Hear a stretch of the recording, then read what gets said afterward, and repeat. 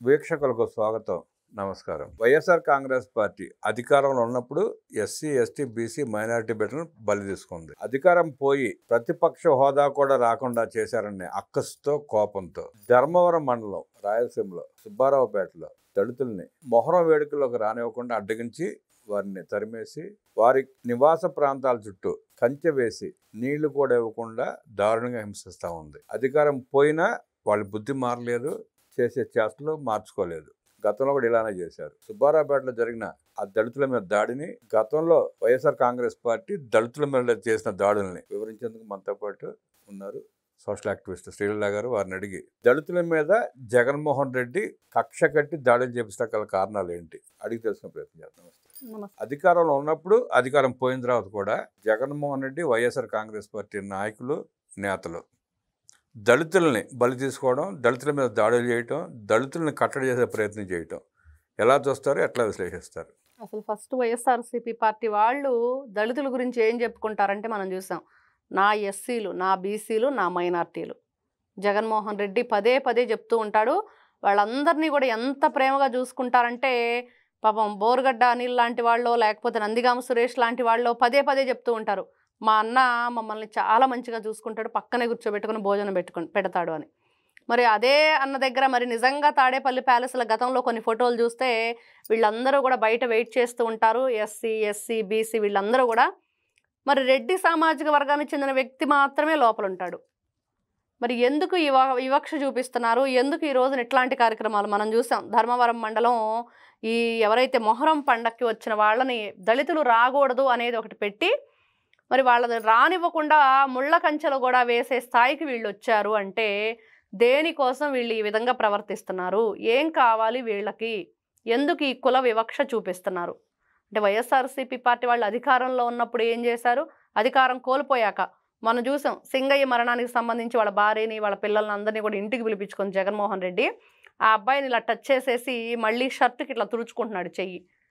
అంటే మీరు చూపించే ప్రేమ, వాళ్ళు చెప్పులు బయట వదిలి లోపలికి రావాలి, వాళ్ళని కనీసం కూర్చోమని ఒక ఆతిథ్యం కూడా అక్కడ లేదు.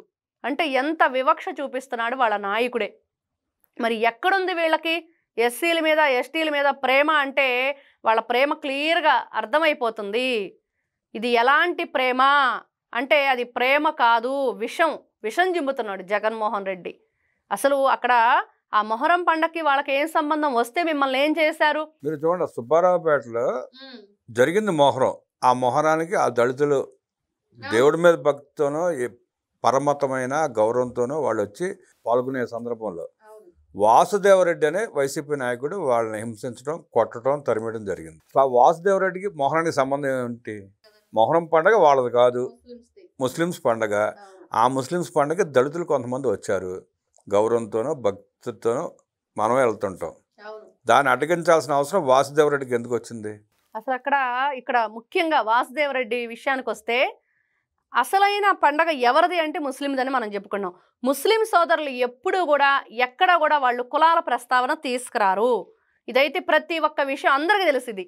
ఎందుకంటే ప్రతిసారి మన ఆ పేర్లు ఊరేగింపుకు వచ్చినప్పుడు పిల్లలు లేని వాళ్ళు, హిందూ మహిళలు ఎంతోమంది వాటి కిందుగా ఇలా నడిచి వెళితే మరి పిల్లలు పుడతారని వాళ్ళు ఏదో మల్లెపూలు ఇస్తాయి తీసుకొని వెళితే ఇంట్లో పెడితే మరి మంచి జరిగిద్దని చెప్పి ఎన్నో రకాలుగా మనం చెప్పుకుంటూ ఉంటాం. ఎక్కడా కూడా ఎప్పుడు కూడా ముస్లిం సోదరులు ఎవరిని కూడా మీ కులం ఏంటి, మీరు బొట్టు పెట్టుకున్నారు, మీరు హిందువులు, మీరు మరి భగవద్గీత చదువుతారు, మీరు మా పేర్లు దాటడానికి వీల్లేదని చెప్పి ఎప్పుడైనా అన్నారంటే ఎక్కడా కనీ విని ఎరగని చరిత్రలో వాళ్ళు ఎప్పుడు గొప్పగానే ఉన్నారు. ఎవరి సాంప్రదాయాలను వాళ్ళు పాటిస్తూ వచ్చారు. ఎవరికి వాళ్ళ ఏ మతం మీద ఇదిగా ఉంటే వాళ్ళు దాంతో ముందుకు వెళ్తూ ఉంటారు. కానీ ఇక్కడ ఈ వాసుదేవరెడ్డి అనే వ్యక్తి, మరి మీకేం పని మొహరంకి? మీరు ఎందుకు వచ్చారు? మీరు ఒకరి గురించి మాట్లాడేటప్పుడు మరి మీకేం సంబంధం ఉండి అక్కడ ఉన్నారు, వాళ్ళని ఎందుకు వద్దంటున్నారనే ఇది కూడా అతనికి లేకుండా కనీసం అంటే మాకు ఎప్పుడూ కూడా మేము ఇలానే ఉంటామనేది వాళ్ళ ధోరణి. వైఎస్ఆర్సీపీ పార్టీ వాళ్ళ ధోరణి ఏంటి అంటే మేము ఎదుటి వాళ్ళకి చెప్పేటందుకే నీతులు కానీ మేము పాటించడానికి కాదు, ఎదుటి వాళ్ళకి చెప్పేటందుకే కానీ ఏదైనా సరే మేము ఆచరించడానికి కాదు అనేది క్లియర్గా అర్థమైద్ది. వాళ్ళ పార్టీ సాంప్రదాయాలేంటి, వాళ్ళు మాట్లాడే బూతుల రాజకీయాలేంటి అందరికీ తెలిసిన విషయమే. అంటే వీళ్ళకి ఏం కావాలి అంటే కులాల్ని మతాల పేరుతోటి విధ్వంసం సృష్టించాలి. ముఖ్యంగా అక్కడ తీసుకురావాల్సింది కుల వివక్ష చూపించాలి. దాన్ని ఎందుకు చూపించాలంటే ఏదో ఒక విధంగా అక్కడ గొడవలు చేయాలి. అంటే ఇక్కడ శాంతి భద్రతలు లోపించేటట్లు చేసి కూటమి ప్రభుత్వంలో శాంతి భద్రతలు లేకుండా పోయినాయి అనే దాన్ని వీళ్ళు ఎంతవరకు తీసుకెళ్లాలంటే గతంలో చూసాం. మరి ఎవరైతే జగన్మోహన్ రెడ్డి సాక్షాత్ వెళ్ళి అతి కొద్ది రోజులే కూటమి ప్రభుత్వం అధికారంలోకి వచ్చిన రోజుల్లో దాదాపుగా 10ల సంఖ్యలో మనుషులు చనిపోయారు, వాళ్ళందరూ కూడా చంపేయబడ్డారు అన్నట్లుగా ఢిల్లీ స్థాయిలో జంతర్ మంతర్కి వెళ్ళి ఏదో చేయాలని చెప్పేసి చాలా ప్లాన్లు చేశారు. అవేమీ జరగలేదు. విలేకరులు ప్రశ్నిస్తే ఏమి లేదు, ఒక్క పేరు కూడా చెప్పలేకపోయాడు. లేవు వాళ్ళ దగ్గర. ఏముందండి, ఏం జరిగిందని ఉంటాయి. ఏదన్నా ఒకటి జరిగితే దాని ద్వారా ఇదిగో పలానా జరిగిందని చెప్పి చూపించవచ్చు. ఈయన ఏ కార్యక్రమం చేసినా ఎవ్వరికీ ఉపయోగం ఉండదు. దాంట్లో ఏదైనా చెప్పడానికి ఒక విషయం చెప్పమంటే వాళ్ళు చెప్పలేని పరిస్థితి మనం చూసాం. ఢిల్లీ స్థాయి జంతర్ మంతర్ దగ్గర నుంచి మొన్న చిత్తూరు తోతాపురి మామిడి వరకు వీళ్ళు చేసిన ఏ కార్యక్రమం అయినా సరే ఎందుకు చేశారు, ఎవరి కోసం చేశారంటే వాళ్ళ దగ్గర వివరణ. సరే చేశారు కదా, చేసిన తర్వాత దాని నుంచి మీరు ఏం తీసుకున్నారు, ఫీడ్బ్యాక్ ఇస్తారా అంటే అసలే ఉండదు. వాళ్ళకి చదవటం రాదు, చూసి చదవటం అంతకంటే రాదు. మరి జగన్మోహన్ రెడ్డికి ఏ లాంగ్వేజ్ రాదు, తెలుగు, హిందీ, ఇంగ్లీష్ ఏది రాదు. మరి వీళ్ళందరూ కూడా ఈ రోజున కులాల పేరుతోటి ఎందుకు ఇట్లాంటి విధ్వంసాన్ని సృష్టిస్తున్నారు? మరి వీళ్ళు అధికారంలో ఉన్నప్పుడు ఎస్సీలకి బీసీలకి ఏదైనా న్యాయం చేశారా? ఫోన్లే వీళ్ళు ఈ విధంగా న్యాయం చేశారు అందుకనే మాట్లాడుతున్నారంటే మనం చూస్తే ఎక్కడా కూడా భూతద్దం పెట్టి వెతికినా కూడా దొరకదు. మీరు గమనిస్తే జగన్మోహన్ రెడ్డి అధికారంలో ఉన్నప్పుడు డాక్టర్ సుధాకర్ గారి దగ్గర నుంచి అమర్నాథ్ గౌడ్ వరకు ఎంతమందిని పొట్టం పెట్టుకుంటూ చూసాం. లెగిస్తే నా ఎస్సీ, నా ఎస్టీ, నా బీసీ అంటాడు, నా మైనారిటీ అంటాడు, శిరోమండలం. ఈ మధ్యలో అనేకం ఉన్నాయి. మీరు అమర్నాథ్ గౌడ్ దగ్గర నుంచి డాక్టర్ సుధాకర్ వరకు మధ్యలో సుమారుగా 600 మందిని బలి తీసుకున్నారు వీళ్ళు. అదే ఎస్సీ, ఎస్టీ, బీసీ బిడ్డలని. వాళ్ళ మీద అంత కక్ష ఎందుకు తనకి? జగన్మోహన్ రెడ్డి మరి స్థలాలు కూడా ఉన్నాయి కదండి వాళ్ళవి, ఆక్రమణ చేసిన ఎస్ఐన్ భూములు ఉన్నాయి, అయినా ఆక్రమించుకున్నాడు. 100,000 ఎకరాల భూములు ఆక్రమించుకున్నాడు. కక్ష ఎందుకు అంటే జగన్మోహన్ రెడ్డి మరి ఇప్పుడు ఏ బైబుల్ పెట్టి నేను బైబుల్ బిడ్డనని చెబుతానో, లేకపోతే 4 గోడల మధ్య బైబుల్ చదువుతానంటానో, మరి అదేవిధంగా అదే ఎస్సీలు ఎస్టీలు ఓట్లేస్తేనే గెలిచిన జగన్మోహన్ రెడ్డి మరి వాళ్లే నా మేనమామలను, నేను వాళ్ళకి మేనమామలను రకరకాల స్టోరీలు చెప్తూనే వాళ్ళ మీద ఎందుకు కక్ష కడుతున్నాడు, వాళ్ళని ఎందుకు బలి తీసుకుంటున్నాడంటే అక్కడ బలి తీసుకునేది వాళ్ళే, బలి చేసింది మాత్రం వేరే వాళ్ళని చెప్పి ఆరోపిస్తూ ఉంటారు. ఎక్కడ సమాధానం చెప్పడు. మరి ఎవరైతే వీళ్ళ ఎమ్మెల్సీ అనంతబాబు డోర్ డెలివరీ ఇచ్చింది కూడా ఒక దళితుడిని.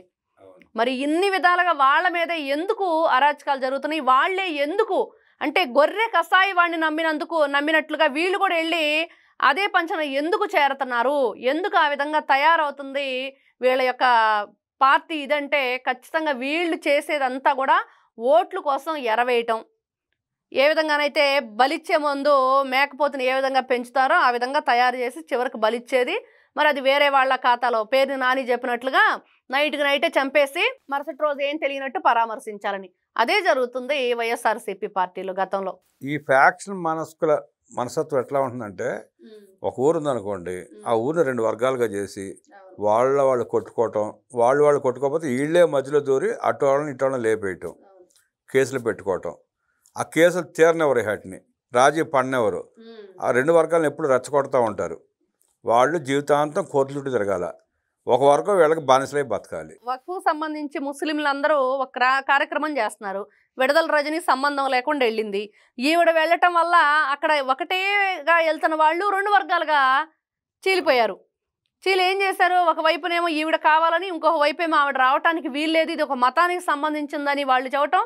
మరి నీకు ఇష్టం లేదు నువ్వు పక్కకి వెళ్ళి అంటాం. ఆ విధంగా అక్కడ వాళ్ళు సామరస్యంగా ఒకే తాటి మీద వెళుతున్న వాళ్ళని ఈవిడ ఎంటర్ అయ్యి వాళ్ళని 2గా చీల్చింది. నిజంగా మీరు అంటున్నట్లుగా వాళ్ళదంతా కూడా విభజించు పాలించు అన్నట్లుగానే కొనసాగుతుంది. కానీ ఎక్కడా కూడా ప్రజాస్వామ్యం ఉండాలి, లేకపోతే ప్రజలు మంచిగా బ్రతకాలి, వాళ్ళు శాంతి భద్రతల మధ్య ఉండాలి అనే ఆలోచనలకి పూర్తిగా దూరం వైఎస్ఆర్సీపీ పార్టీ అనేది మనకి ఇక్కడ కనిపిస్తుంది. జగన్మోహన్ రెడ్డి రాజకీయాల్లోకి వచ్చినాక కులాలుగా విడగొట్టాడు, మతాలుగా విడగొట్టేశాడు, ప్రాంతాలుగా విడగొట్టాడు, జిల్లాలుగా కూడా విడగొట్టేశాడు. రేపో మాపో ఓడలు కూడా విడగొడతాడు, తర్వాత మొగుడు పిల్లలను కూడా విడగొట్టి రాజకీయాలు చేసే ప్రయత్నం చేస్తాడు. లేచిన దగ్గర నుంచి నా ఎస్సీ, నా బీసీ, నా ఎస్టీ, నా మైనారిటీ అంటాడు. ఆ ధర్మవరం మండలంలో ఆ దళిత బిడ్డల మీద దాడి చేయించింది కూడా జగన్మోహన్ రెడ్డి అనుమతితోనే. జగన్మోహన్ రెడ్డి ఆ దళిత బిడ్డలకి క్షమాపణ చెప్పాలి. తన వైఎస్ఆర్ కాంగ్రెస్ పార్టీ నాయకుల్ని పార్టీని సస్పెండ్ చేయాలి. దీని మీద రాష్ట్రంలో ఉన్న దళిత సంఘాలు జగన్మోహన్ రెడ్డి మీద నిరసన తెలియజేసి ఆ పార్టీ మీద తిరగబడాలని చెప్పి కోరుకుంటూ విశ్లేషించిన శ్రీలీల గారికి ధన్యవాదాలు తెలియజేస్తూ నమస్కారం.